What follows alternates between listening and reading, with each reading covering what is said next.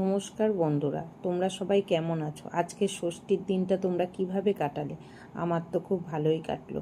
দেখো, আজকে আমার খুব আনন্দের দিন। আমার অনেক দিনের একটা স্বপ্ন পূরণ হলো যে আমি একটা পেতলের গণেশের মূর্তি নেবো। এতদিন ছিল খুবই ছোট একটা মাটির মূর্তি, যেটা 15 টাকা দিয়ে আমি দক্ষিণেশ্বর থেকে নিয়ে এসেছিলাম। আর নিলাম গোপাল সোনার জন্য একটা সিংহাসন, যেটায় গোপাল সোনা বসবে।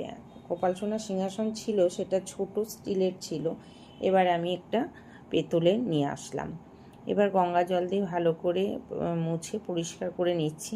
আজকে এত ভালো একটা দিন, গোপাল সোনাকে গিফট দিচ্ছি, তাই আজকে ওকে যেন বসিয়ে দিতে পারি। এই দেখো, সুন্দর করে বসিয়ে দিয়েছি। ওকে সাজানো তো ছিলই, যেন ধুতি পাঞ্জাবি পরে সেজেছে। সেই ব্লগটা তোমরা অবশ্যই দেখো, সকালে পোস্ট করেছি। এই যে গণেশের মূর্তিটাকে এখন আলাদাভাবে তুলে রেখে দিলাম। পরে ঠিক সময় আমি তার প্রতিষ্ঠা করব। কেমন